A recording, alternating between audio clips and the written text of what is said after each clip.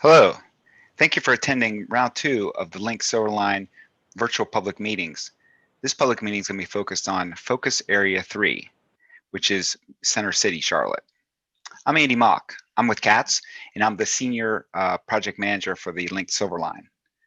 The Silverline is a transformational light rail project which spans from Belmont through Center City onto the town of Matthews and potentially beyond into Union County. It's critical that we receive your input as the project begins and progresses through the early stages so we can make the wisest decisions possible and as we define the project moving forward. Because this project is so large, we've broken into 6 separate focus areas. Of course, tonight's focus area is going to be on Focus Area 3. The previous 2 meetings, we had Focus Area 1 in Belmont. Focus Area 2 was at the airport. That was last night. And we have upcoming public meetings next week on Focus Area 4, which is Independence Boulevard, and Focus Area 5, which is Monroe Road and Matthews. And then Focus Area 6 is in Union County. I would recommend that folks, if you would like to follow along with some of the presentation, to go to our website. That's www.ridetransit.org/LYNX-Silverline. And I'm going to be running through that website as the presentation goes on. It might help if you'd like to follow along. So just a couple notes. We've been having a couple meetings and they've been going pretty well, but some technical notes. Panelists, please remain on mute until the Q&A portion of the meeting. We'll call on you if there's any questions that are best answered by you or your organization. Participants, please log in with your Gmail or your YouTube account to participate in the live Q&A.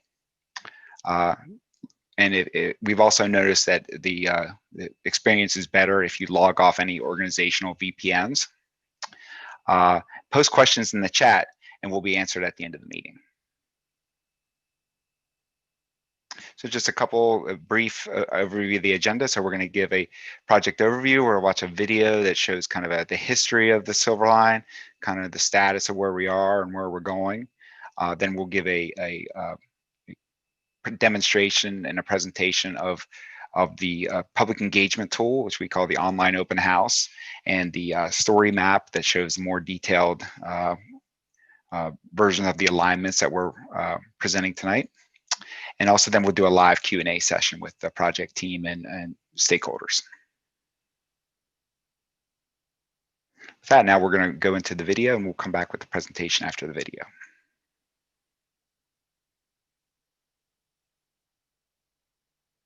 I'm Andy Mock, the LYNX Silverline Senior Project Manager. This video is the first in a series of videos and will provide an overview of the proposed LYNX Silverline light rail project. We are currently in the transportation planning or pre-project development phase of work, and we are conducting early scoping in coordination with the Federal Transit Administration, referred to as FTA.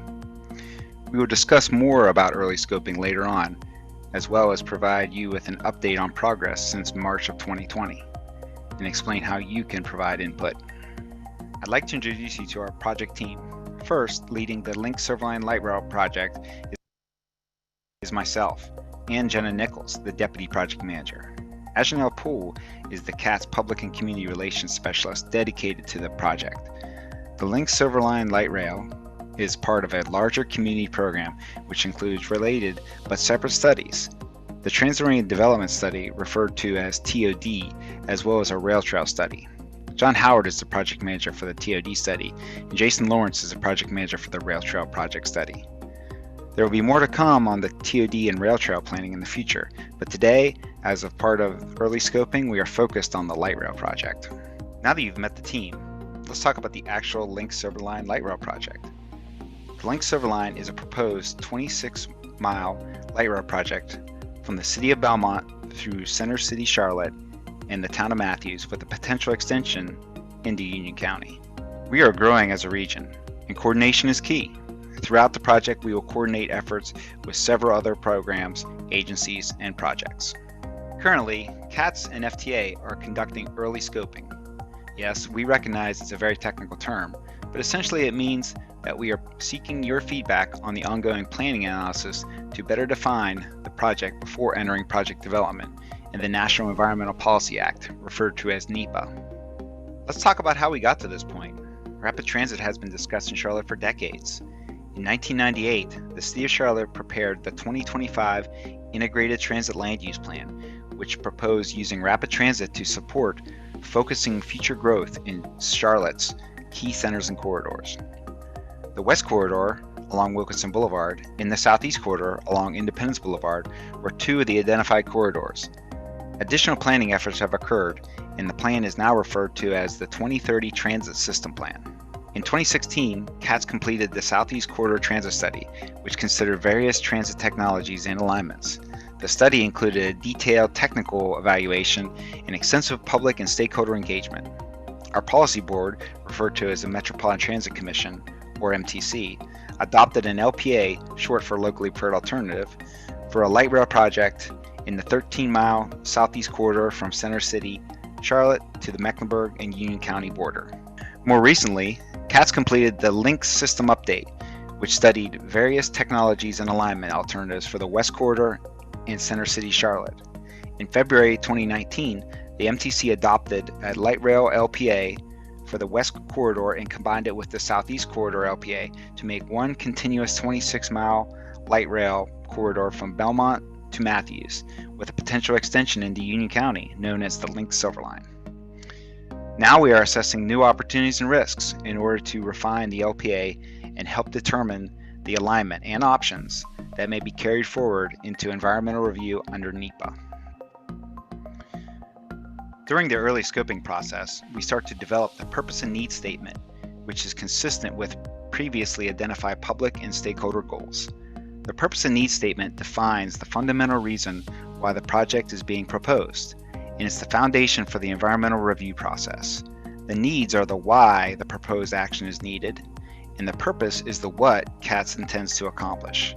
The purpose and need will be refined during planning and through environmental review, with additional input from the public, stakeholders, and regulatory agencies. This screen shows identified preliminary transportation needs in the LYNX Silver Line corridor. The preliminary purpose of the LYNX Silver Line project is to provide high-capacity transit service in dedicated right-of-way along identified roadways that address the desired transportation outcome shown on the screen. The full preliminary purpose and needs statement is available in the online open house. Let us know if you have any comments in the online survey, also available in the online open house. You may be asking yourself, why are we refining the alignment if it was adopted by the MTC, the CATS policy board? Although some of the alignment was adopted in 2019, the Southeast Corridor was adopted in 2016. Just think about how much of our infrastructure changed in the region over the last 4 years. In that time, a lot of construction has occurred. We opened the LYNX Blue Line extension and have learned so much that we can bring to this project. Additionally, we will be conducting additional engineering and environmental evaluations to learn more about the corridor and continue asking for your input. Now that you know why we are looking at refinements, let's talk about the decision-making process. We want to maximize the benefits of the proposed project while minimizing the risks. We're evaluating many factors as we refine the LPA, again, the locally preferred alternative, including public input, design constraints, environmental considerations, a quality rider experience, coordination with other projects, and land use surrounding the potential stations. We have developed several alignment refinement options for your review. These options may enhance benefits or address risks associated with the LPA. However, the alignment options also have their own pros and cons, as described in the interactive comment map on the online open house. As referenced earlier, we have been and will continue to think about environmental resources as we refine the LPA and move into environmental review under NEPA. We are looking for your feedback on the environmental considerations that we have identified and whether there are more to consider. Overall, we're asking you to provide input on a number of critical factors. Since the corridor is quite long, at approximately 26 miles, we have broken it up into 6 focus areas. You can get more detailed information about the alignment options within each focus area by using the interactive comment map in the online open house. There are short videos that describe pros and cons of the alignment options for each focus area. Please review the videos at your convenience, available in the online open house from August 31st to October 14th. Once you review all the information, let us know what you think. There are a number of ways you can provide your input. Browse around the online open house to learn more about the project. Leave comments on the interactive comment map and take the public survey. We are hosting live virtual public meetings on September 15th, 16th, 17th, 22nd, 24th, and 29th at 5:30 p.m. Each of these meetings will include this general project overview, plus a more detailed discussion on one of the focus areas. Check the project website, ridetransit.org/LYNX to learn more about how you can access the meetings and the focus areas that will be featured in each one. Additionally, you can request a virtual meeting with our team for your business or neighborhood group by contacting us via email at lynxsilverline@publicinput.com or the CATS customer service via phone at 704-336-RIDE. That's 704-336-7433. If you prefer to submit a hard copy of your comments, you can send a letter to CATS, care of Agenel Pool, at 600 East 4th Street, Charlotte, North Carolina, 28202. Public comments must be submitted by October 14th, as we will conclude the early scoping period.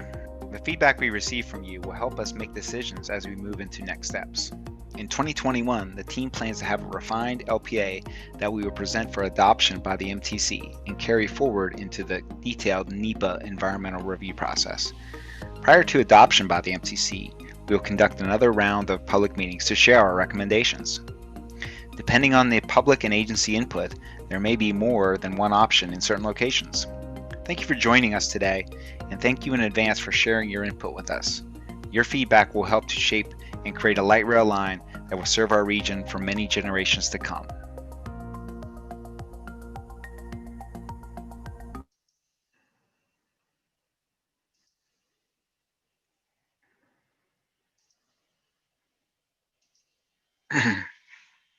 So thank you for your attention watching that overview video.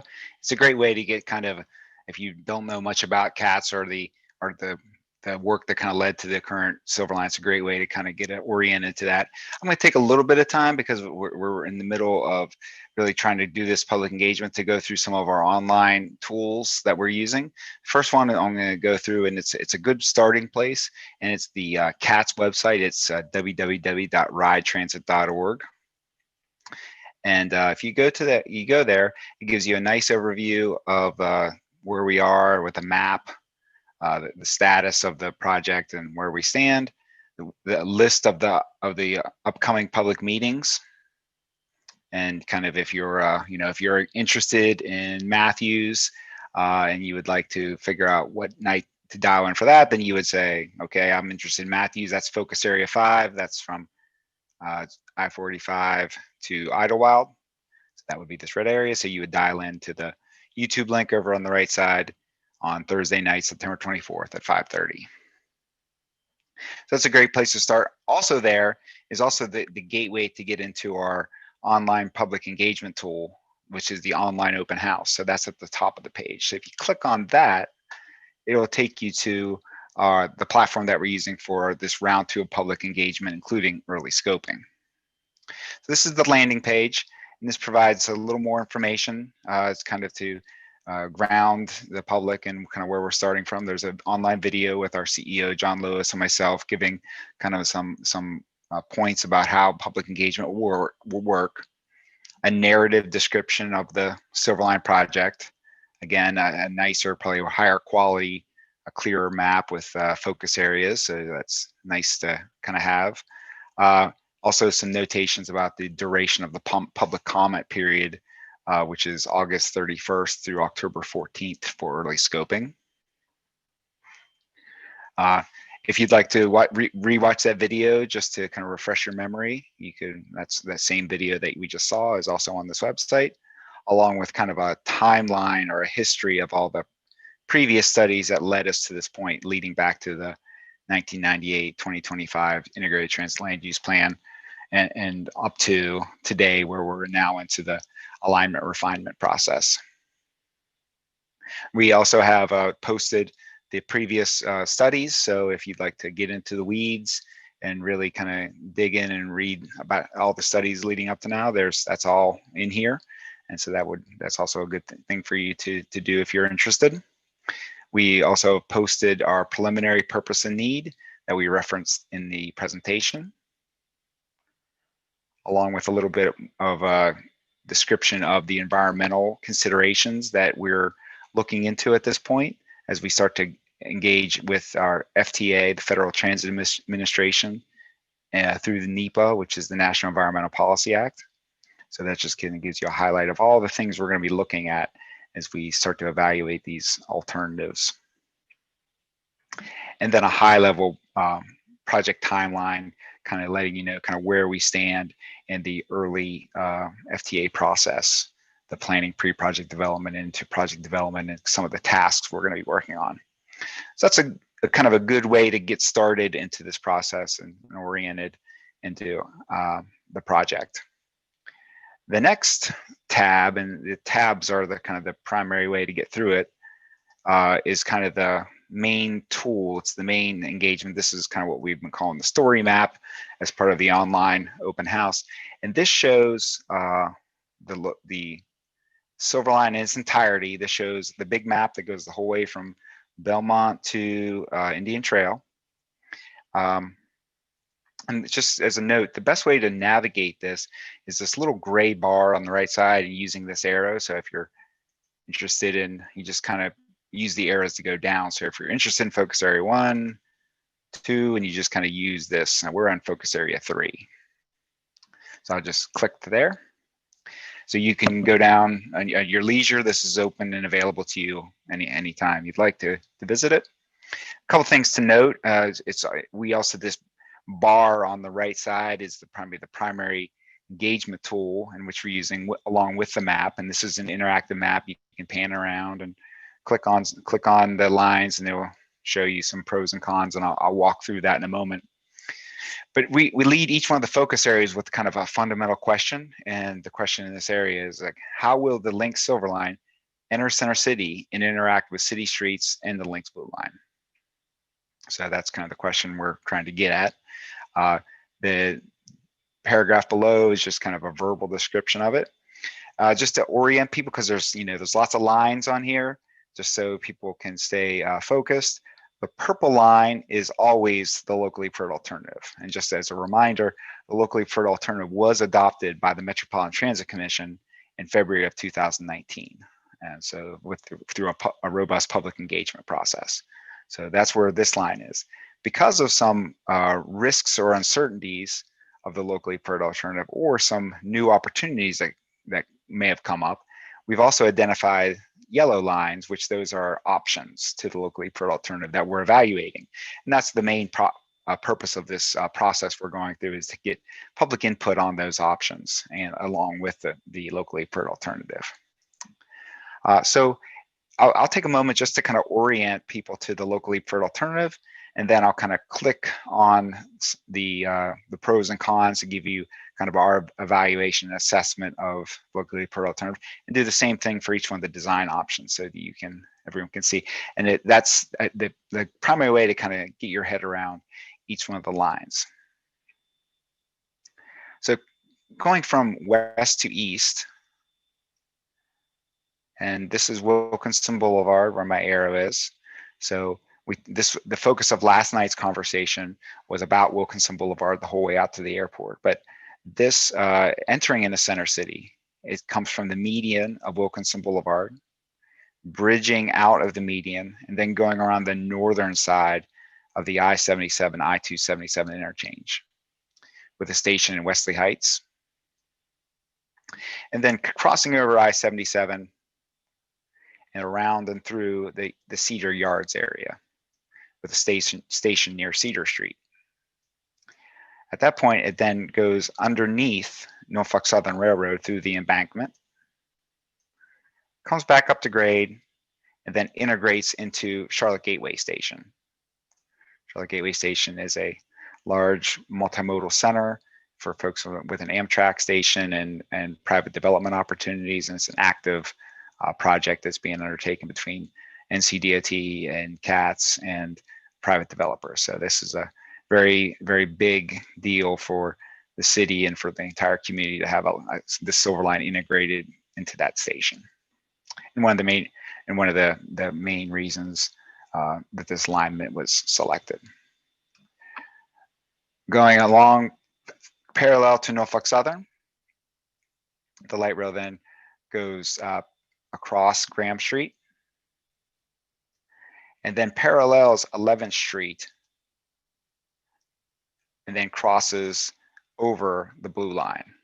So there's just a note here. This map doesn't quite show all the complications of this, but there is a detail of rebuilding 11th Street. So the 11th Street that's out there today would be rebuilt closer to 277, and the LYNX Silver Line would then occupy 11th Street right away as it is today. So that's just a little nuance to understand that there's some reconstruction of 11th Street in that area to accommodate the Silver Line. The Silver Line then bridges over the Berkshire Freeway and comes down around past Central Avenue, and then north side running on the side of Independence Boulevard out to Bojangles and beyond to Matthews and other focus areas. So if you were to click on that tab of locally preferred alternative, and this is really focused on, and in this case, and just as a note, we also kind of broke this up into kind of two kind of decision areas within the focus area. There's the one which is basically how do you get around I-77, I-277 interchange. So the locally preferred alternative, which shows up in cyan. So one of the pros is that it minimizes conflict with potential development. There's a lot of development in this area. It's not 100% clear the timing of that. So one of the pros of this alignment is that it does not interact with that and doesn't impede that development from occurring. However, it's curvy. So as you can see, there's lots of curves here, and that will cause the train to run slower. There's also some concerning environmental impacts, potential environmental impacts on the western side on Wesley Heights near Bryant and Summit Street on the northern side. And it's floodplains, wetlands, streams, as well as some parks and historic resources. So there's some environmental concerns with this northern alignment. And the station at Wesley Heights is elevated. So we have a kind of a higher station than we'd like, and that's more difficult for our customers to reach.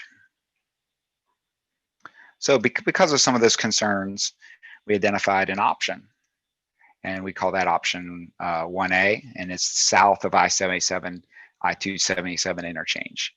And one of the impetus for this option was really the relocation of this industrial use outside of Uptown. And so when that was became clear that that was going to occur, that caused us to kind of look at this other alternative, see if that had some merit. So the pros and cons of that one, from CG or Charlotte Gateway Station on, it's the same. It really deviates over here at Wilkinson Boulevard. So the pros and cons of this one, it does provide more direct route from Wilkinson into Uptown. So it's kind of a straight shot from Wilkinson Boulevard, whether you're on Wilkinson or you're on the NS adjacent option, which is we talked about last night. You're kind of a straight shot and you miss a lot of that curvature. And so that's going to allow you to have a more, a faster, more reliable train. It also may potentially encourage new development with this industrial use relocating. Perhaps there's an opportunity to redevelop that area, and the light rail can be part of that. However, one of the downsides of it is it does require that you have to get under I-277 through underneath the John Belk. So there's going to be some complexity with the project to actually get underneath the current highway. So that's just something to account. But it is raised highway, so it's more of how you push the alignment through the embankment. So those are kind of the pros and cons of the first kind of decision area. Now I'll go to the other one. So In this area, there's not many horizontal options. The lines don't look that distinct from each other, and the real difference is more about how the vertical transitions work. And just to note, we all recognize and how important it is to have a seamless transition between the LYNX silver line and the blue line, which is below the current grade of 11th Street. So ensuring that customers can get off either at the 9th Street station, which was built by the blue line, or to get off at the future station to be built by the silver line, that transition from the silver line to the blue line and vice versa, both horizontally and vertically, that you can go upstairs or ramps or elevators or however it works, however we come up with, that is as seamless as we can make it. So just to kind of note a couple things, some pros of this one is that it minimizes the amount of bridging required. So there's less bridge work than some of the options on the table. However, because the locally preferred alternative had the alignment at a similar elevation as 11th Street, there will be more potential interactions between vehicles, pedestrians, and the light rail along 11th Street. So if you could imagine, the light rail would be right beside 11th Street at a similar elevation. And so anytime you do that, there's opportunities to have more interactions, and that's a concern. And because of that street elevation and the crossings, it also require that the train operate more slowly. So there's some operational challenges with the locally preferred alternative. Because of those operational challenges, we identified a couple of different options, and there's actually some hybrid options that are kind of different variations of. So the first one, and again, it doesn't look that different on the map, but it's different and elevation wise, is that the light rail would then be on an elevated structure. So the horizontally, the plan view looks the same, but because the light rail would be on a horizontal or a flyover bridge or an elevated bridge, it would mitigate some of those operational concerns and would allow us to have faster, more reliable trains, because we would be removing a lot of those street interactions with vehicles and pedestrians. However, the overhead bridge could create a barrier. So could create a visual barrier, it could create a community barrier. That's just something that if we chose that option, we would have to figure out the right way to treat that. And the elevation station is more difficult to reach. It's further from the blue line transferring for our passengers. So one of the bigger concerns with that is that the vertical transition is greater than the other options. So you'll be on an elevator longer, you'll have a longer stair tower to climb, and so that's a concern. Option 2B, and that is in this option, the silver line would go below the 11th Street elevation at a similar elevation to the LYNX blue line. So similar to the elevated option, which is 2A, the light rail would have faster, more reliable trains, because we have removed a lot of those cross streets and those potential interactions that would cause the light rail to operate more slowly. So we've removed some of the concerns of the locally preferred alternative, similar to 2A.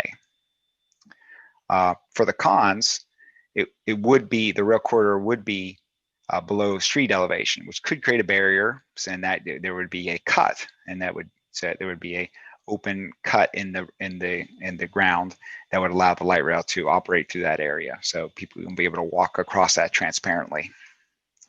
And it's more complex from a rail operations, because the silver line could potentially intersect with the blue line, and so there's some very complex operational concerns that would have to be resolved if we were to choose that option, instead of crossing over it with the other two options do. From there, both these options then cross over. There's these lines don't show two different ways to do it. Or they are just two different ways to do it, and we would pick one or the other. But we would then cross over the Brookshire with the station near Central Avenue, and then off onto Independence Boulevard. So now that kind of explains kind of how these options or how this map works and kind of the options in Center City, I'll kind of go down, continue on down through this. And so if you would like to watch a video of kind of a description of each one of these pros and cons that we did, that's available to you if you like to refresh your memory when you're get back and thinking about it. And we'll also actually have these videos will be recorded, and you can go to our YouTube link and watch the same video with the same Q&A. So that's a benefit. But there's also below there's a comment form. So if you'd like to, we would request that you would fill out our comment form. And there's a comment form for each focus area so that folks could provide their input. If they might have different things in Uptown, may be different than things in Matthews, which may be different things at the airport. So we kind of ask for some more specific comments about what your priorities are in this focus area. And then an opportunity for you to provide some public comment for you to submit. And then the third tab of this online open house is the Tell Us More tab. And that is the overall project survey. And if you were to go down, click on that. This would be the high-level survey that we would request you fill out. That would give us information on the overall benefits and your overall thoughts of the project, so that we can use that as we enter into the early scoping phase and get into more detailed decision making and more detailed design moving forward. So with that, I think we're ready to hand this over to Ajnal Poole to run us through some Q&A. Thank you, Andy. Thank you for your presentation. Hello, everyone. Again, my name is Ajnal Poole. I am the Community and Public Relations Specialist for this project. We appreciate you taking the time to join us for this virtual public meeting tonight. I know this is a not maybe the ideal way for some of you guys to do a public meeting or a Q&A session, but as you can imagine, all of us are adapting to what is the new normal right now. So it's a bit new for all of us. So we do appreciate you being here this evening. I'm going to ask our panelists to please stay on mute unless you are answering a question. If you are a viewer and you would like to ask the project team a question, please sign into your Gmail or your YouTube account and leave your questions in the chat box on YouTube. Like Andy mentioned, I would suggest signing off of any VPN or organizational servers just to have the best connection. We will be answering questions that we received during the session and that we received previously via phone call or mail or email. We'll do our best to get through all the questions tonight. However, if we do not get through all the questions, we will answer them in a Q&A document that will go on the website. As a note, we will try to focus all of our questions on Focus 3 area tonight. And so with that, I am going to start us off with one of the previous questions we received. And I'm going to direct this to our Deputy Project Manager, Jenna, which is, when is the Silver Line expected to open? Thanks, Ajnal. Yeah, that's a popular question that we get. Well, CAT's goal is to move forward with the 2030 system plan, and that includes the Silver Line.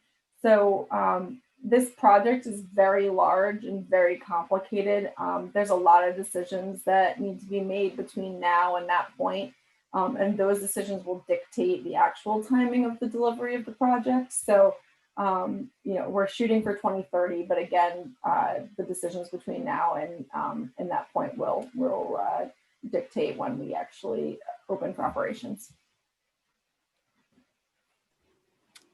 Thank you. And I'm going to ask you one more question. Another frequently asked question that we tend to get is, how will this project be funded? Yeah, that is definitely a popular question. Well, we will be developing a cost estimate as we go through pre-project development and project development phase. Andy talked a little bit about the phases in his overview video. But once we have a more complete cost estimate, we will start to identify funding sources. But it's our goal to follow a very similar path as the LYNX Blue Line and LYNX Blue Line extension, which they received funding through a competitive federal funding grant program called New Starts. And we want to pursue that same funding program for the LYNX Silver Line. that does require federal, local, and state funding. And so on the local side, it will require a robust conversation with the public and the community about how these projects will be funded. Thank you, Jenna. We have a question from the YouTube chat. Either you or Andy can take this one. But it says that the 11th Street plan and the 277 and 77 interchange take into any consideration the proposed I-277 reconstruction?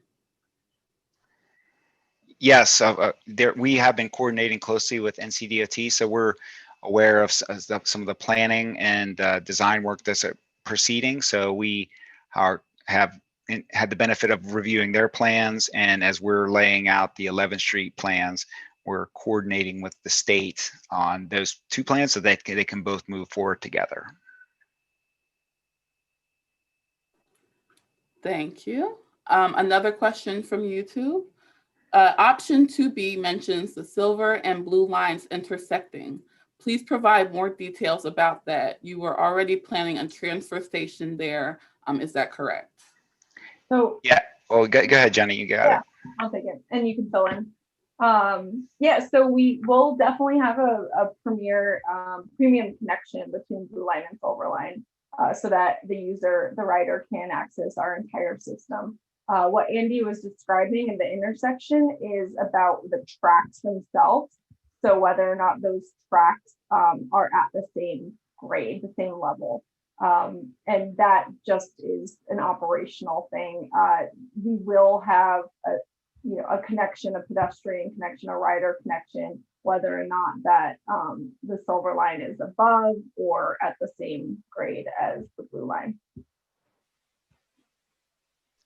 One thing to note, and somebody else asked a question, and since we're on the topic, so we are planning a maintenance facility with this Silver Line, but we also do need to be able to get vehicles between the Blue and the Silver Line, because we are also planning to utilize the other maintenance facilities, both the South Yard and the North Yard, for the Silver Line as well. So we have to be able to make a connection between the Blue and the Silver, and that seems to be the most likely place to do that. So in any event, we have to have some connection between the two, whether it's for the operating revenue track or for a non-revenue.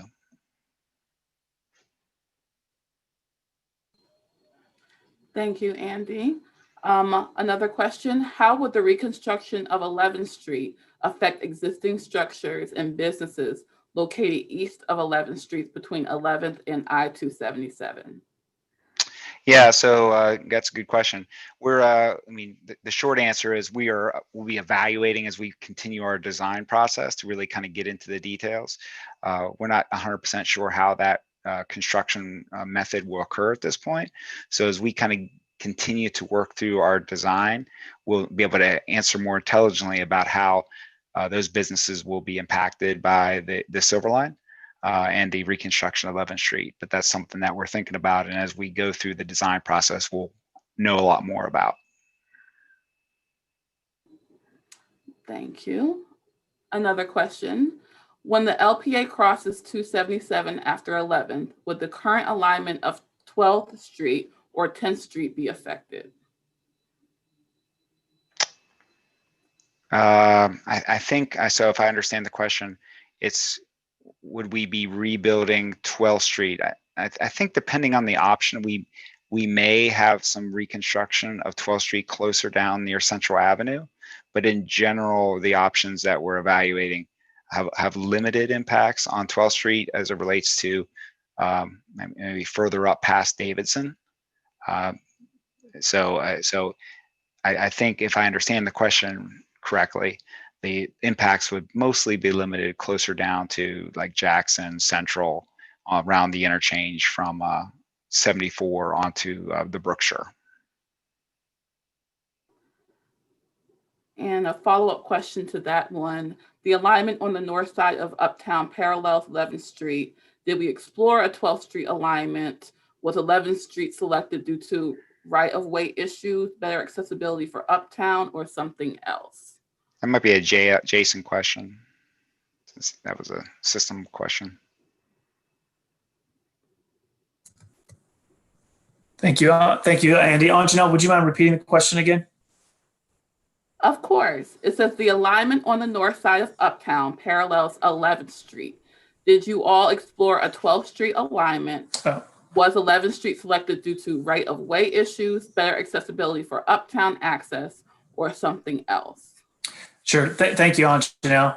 So yeah, in the prior Southeast Corridor study, one of the options for Uptown access for the Southeast Corridor was along 12th Street. That was one of our initial ideas. And through the system update, there was a decision to become closer to Uptown, get closer to the Blue Line station, and 11th Street offered that opportunity to be closer Uptown, and then closer for transferability to the 9th Street station for the Blue Line.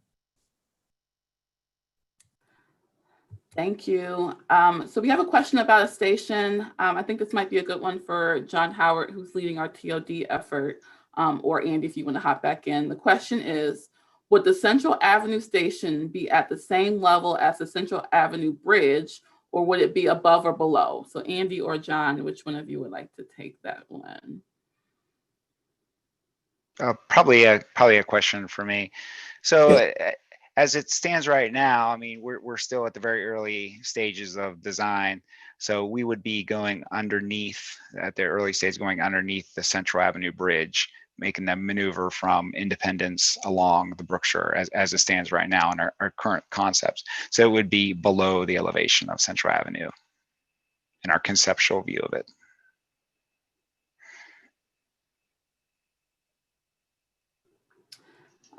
Another question, have there been any potential impacts to this project due to the budget issues with NCDOT and associated project delays?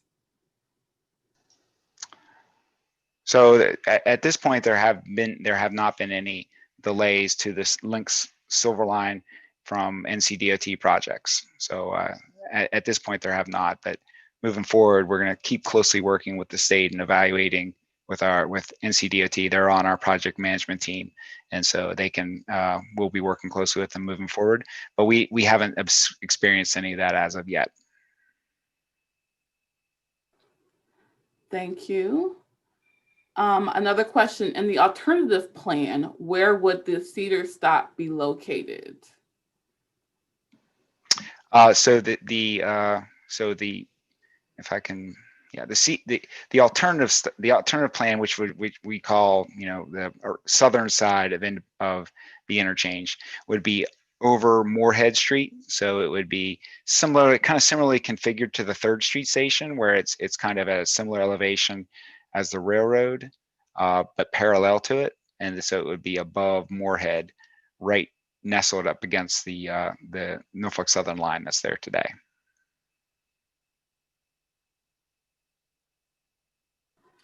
Okay, thank you. And another station question, where will the Graham Street station be located? The Graham Street station will be located right near Graham Street. We're still kind of working through the details of how we're kind of getting over or under Graham Street. I think the current concept has us going underneath Graham Street. So the station would be adjacent to Graham Street on the way between Graham and Charlotte Gateway Station. Thank you, Andy. Another question, during rush hour, Blue Line trains are standing room, while 3-car trains will be used if the only point of transfer is 11th Street to 9th Street. It doesn't seem to have the capacity for southbound Silver Line. So if someone wants to talk about the 3-car train plan. So I'll take that. Yeah, we still have 11 stations along the Blue Line, the original Blue Line in the South Corridor, that need to be upgraded to 3-car platforms, but that is within our plan. And so it would be, it's expected that by the delivery of the Silver Line, all of the Blue Line platforms would be upgraded to be 3-car trains, so that we can run 3-car trains throughout our system.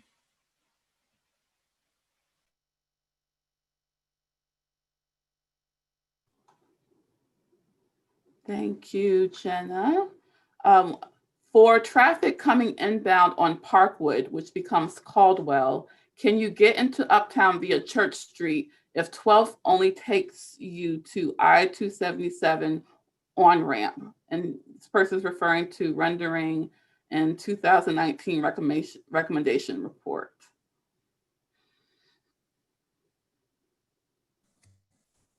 I will thank you, Anjana. I will take a quick one for that, and then Andy and Jenna can weigh in if the thinking's different now. But back in 2019, we had a recommendation for the 11th Street option, which is it's currently under evaluation right now. And I think you might be referring to some of the renderings that are in that report. And it's my recollection that we are not changing the access of the roads in that area on 11th and 12th. So if you're coming in today along Parkwood to Caldwell, and you can access to Church Street today, then that movement will still occur. We're not proposing that change. I don't know if Andy or Jenna want to weigh in on that. No, well, we're I agree. Our goal is to try to keep the traffic movement as similar as possible, and also in conformance with NCDOT's kind of loop study. So I agree with your comment.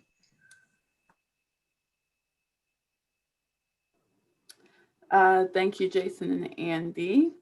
From the center line of the rail, how much right-of-way will be acquired before construction? Yeah, that's a question that we get a lot of real estate questions. And so let me just take a moment, because we've gotten a lot the last couple of nights to talk about real estate. And so real estate is really, we're not really ready to acquire real estate as of yet. And so the process to get ready is really to progress the design to such a level that we really understand what the footprints of the project is needed to be. And then also to complete the environmental work required by FTA to begin to acquire real estate. So that's going to take some time for us to do all the design and environmental work to be ready to do that. And it's really kind of not a one size fits all decision, or as far as that width, it kind of depends. Are we rebuilding the road? Is there a station there? So it's kind of depends, and I don't think I can give a very simple one size fits all answer to that. It kind of depends on where you are and what's directly adjacent.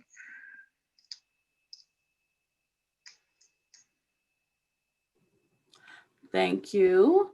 I think we have another question. I think, Jason, this would be a good one to answer for you. Is a rail trail / greenway along the full 26-mile corridor a realistic possibility? Thank you, Anjanelle. I think what we discovered from the south end portion of the LYNX Blue Line, how important the rail trail is to people who live around there and the development that it faces. And so we know that it's an important facility that our public has been asking for. And so we want to take every opportunity to design and develop a concept for a 26-mile long rail trail that parallels the entire light rail corridor. Now, it won't look exactly like South End. In portions, we will have potentially running along streets like in multi-use paths, taking advantage of greenways in each of the 5 jurisdictions within Uptown. And then in some places, paralleling the light rail where feasible. And so the idea that this will be a single, exactly looking the same across the whole corridor, that's probably not feasible, but a connected corridor of pedestrian and bicycle elements that are connected across multiple types of facilities is certainly feasible. And then that is the goal of that effort. Thank you, Jason. Does CATS plan to order more S70, I'm assuming a Siemens 70 light rail vehicles for use on the Silver Line to ensure uniformity across the LYNX system? So that's a great question. So, uniformity is important. However, technology changes all the time. So I don't think we can say what vehicle style or manufacturer that we're going to use. However, as we begin the writing and preparing the contracts and specifications, our ability to maintain our current fleet and the new fleet is going to be key and critical. That I think that's going to be a strong criteria, but we're not going to be able to just I think pick and choose the exact manufacturer we want.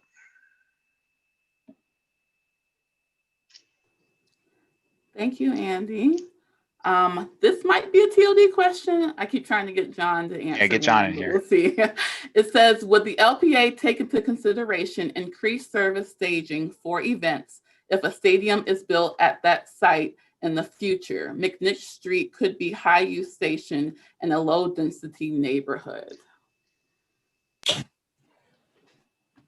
Sure, I'll take a stab at this one, and yeah, Andy, Jenna, Jason can chime in. So, as Andy stated in his presentation early on, there is a separate but connected study called the Transit-Oriented Development Study, a TOD study, that will be beginning area planning around the spring of 2021. And one of our considerations will be impacts to established neighborhoods. And with that, we'll work in conjunction with the design team to figure out exactly where those staging opportunities will be. But the goal really is to not completely disrupt those types of neighborhoods if they're low density. We want to be sure that we're context sensitive and not completely change the character if it's not ready for that. So again, that work will take place again beginning in the spring, and we'll be doing area planning around these station areas about that time.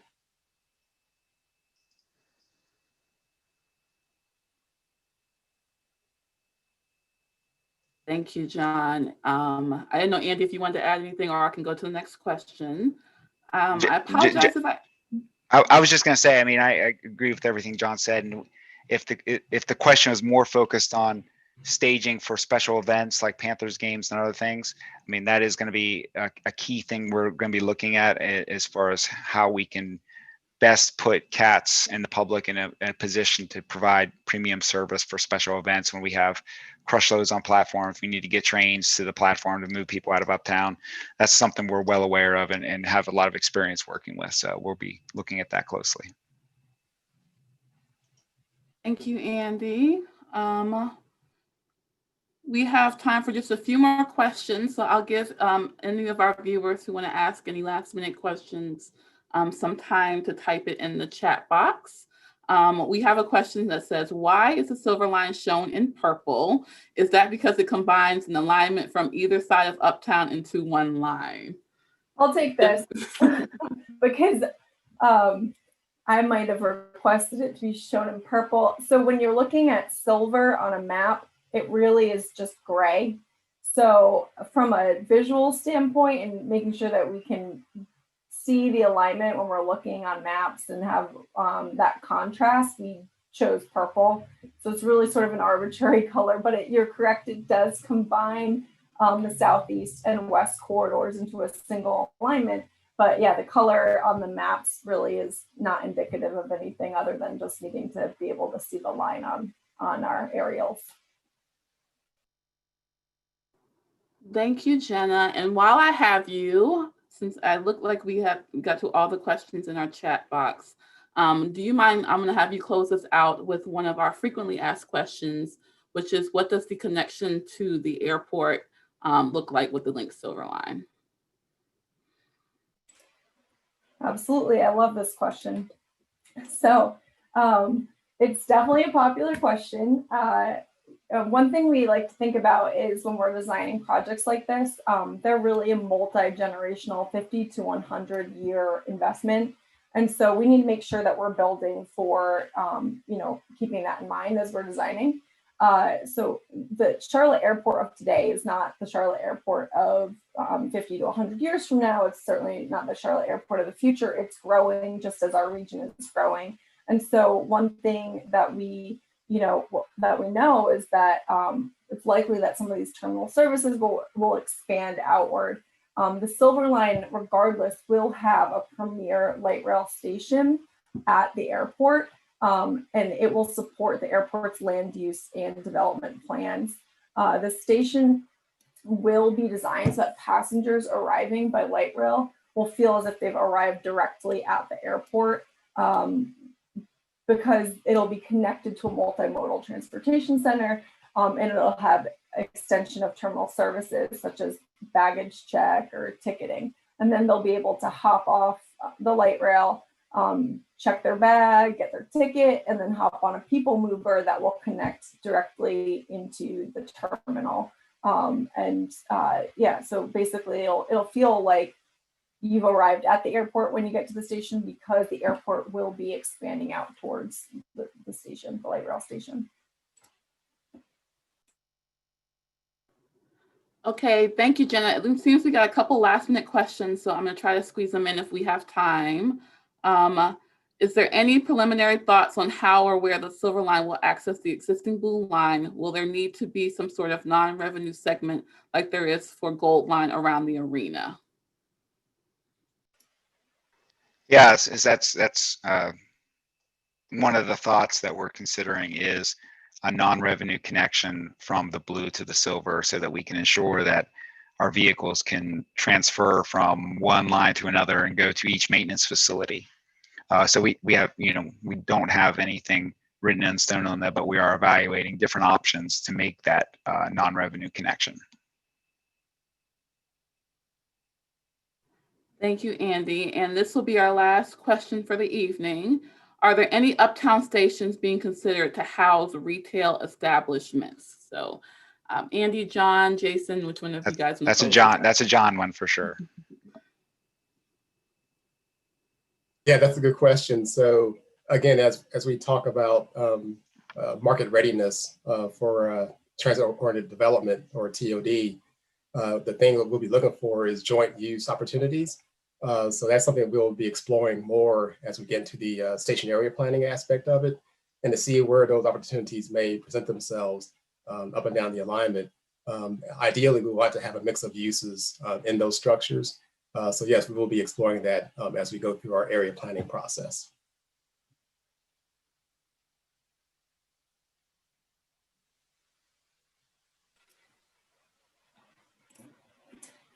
Okay, I think that brings us to a close. Thank you all for participating tonight and providing us these wonderful questions for us to answer. And thank you for sticking around to see Andy explain this segment of the corridor. A reminder that all of these public meetings have been recorded. So we've done Focus Area 1, 2, and this is Focus Area 3. Those are all on the CATS YouTube page. So you can go back and watch them all if you'd like. Hopefully you felt like tonight was valuable and a good use of time, and that you've learned some stuff. Just a reminder that we'll be compiling all of the comments and questions, addressing them, and posting the responses on our website. The early scoping period ends October 14th. So this tool, this website that Andy walked through, will be live through October 14th, and you will be provided the opportunity to make additional comments or ask additional questions. The website for that interactive comment map is on the screen. It's http://ridetransit.org/LYNX Silverline. You can also send us an email at lynxsilverline@publicinput.com, or you can give us a call at 704-336-RIDE. That's 704-336-7433. Or you can send us a letter at CATS, care of Miss Ajnel Poole, 600 East 4th Street, Charlotte, North Carolina, 28202. Thank you all for your time and focus tonight. We appreciate all of your great comments and questions this evening. Stay tuned and stay involved. Your input is critical in helping us make the right decision as we move forward. And again, you can find project updates at our website, which is ridetransit.org/LYNX Silverline. Thanks.